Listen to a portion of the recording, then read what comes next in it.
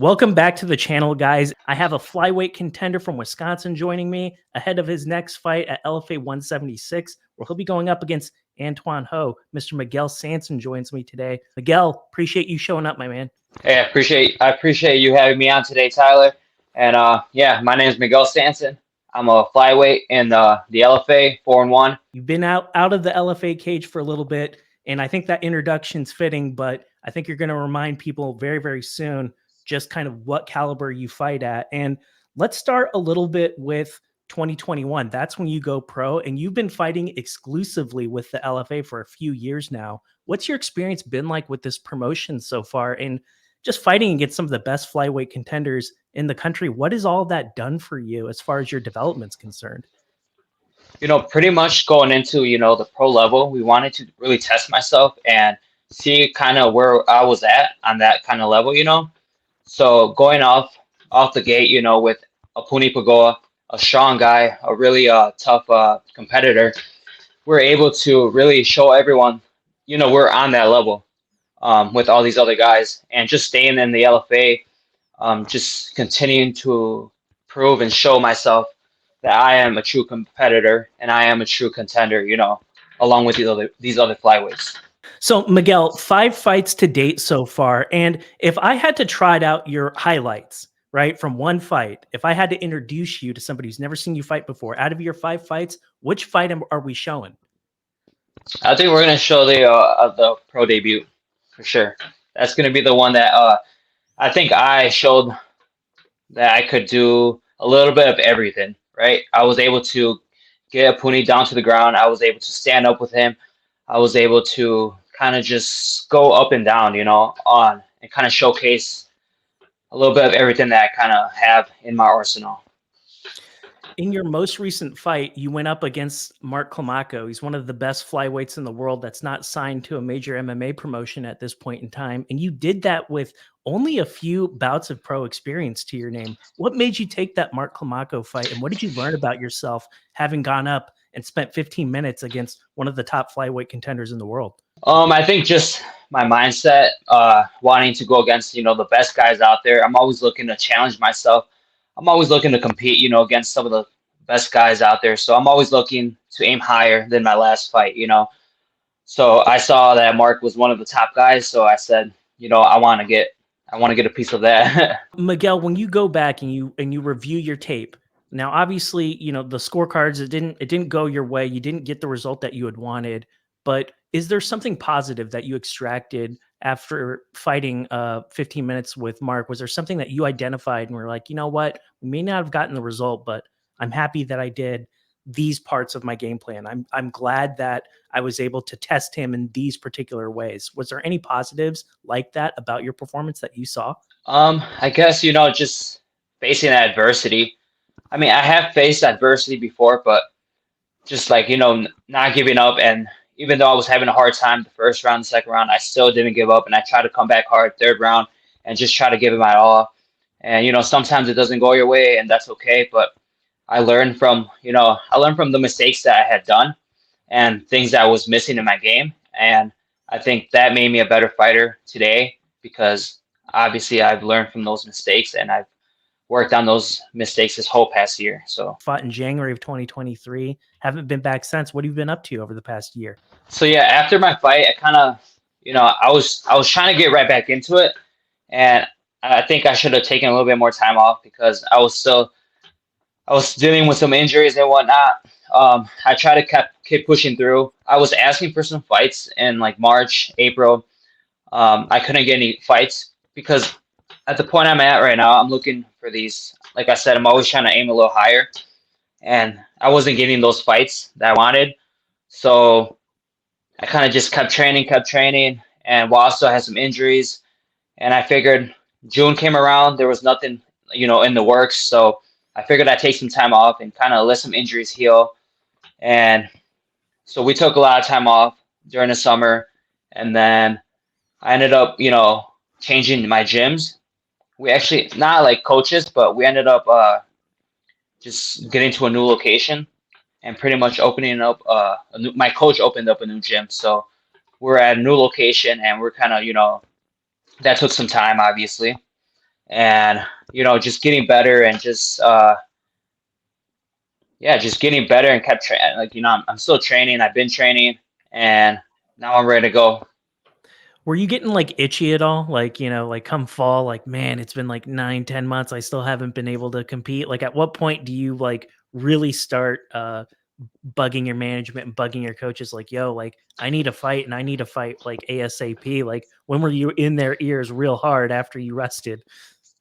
So after I rested, it was like September, right? I was planning on fighting. I think it was going to be October, the last Arizona card. They asked me if I wanted to, if I wanted Antoine, and I said, I want him, but I was so I had sat out all summer, right? And then September came around, and I was good to go.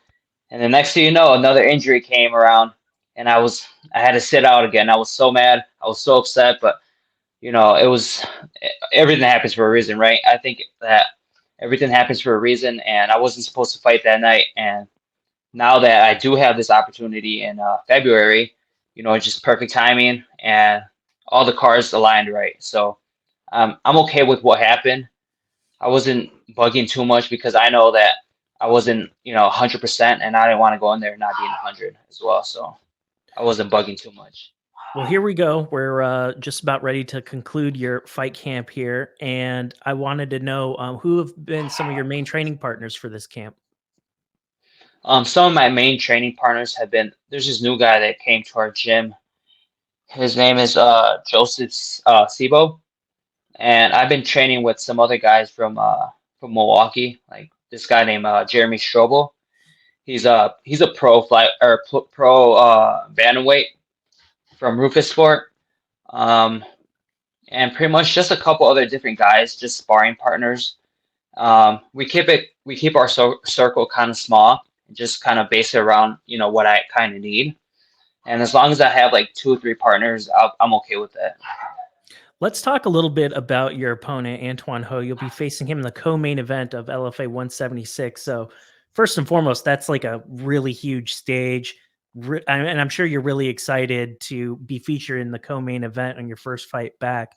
Antoine Ho, let's talk about this guy a little bit, though. What do you see when you watch this guy fight? Is there something about him that stands out to you? Do you think he does one thing or two things really well? Or is he more or less very similar to some of these other guys that you fought in your past? Well, one thing I do see is he has confidence, right? And a guy who has confidence is not scared to, come at you and kind of risk some, take a little bit of risk, right?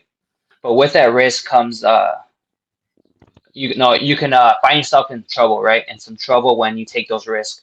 So I don't think he's ever versed a guy who has came at him the way he's coming at someone else, right? Or who has came at him with the same confidence that he's coming at someone else with. So I think with my confidence and his confidence, it's going to be a real fun fight and very exciting fight to watch.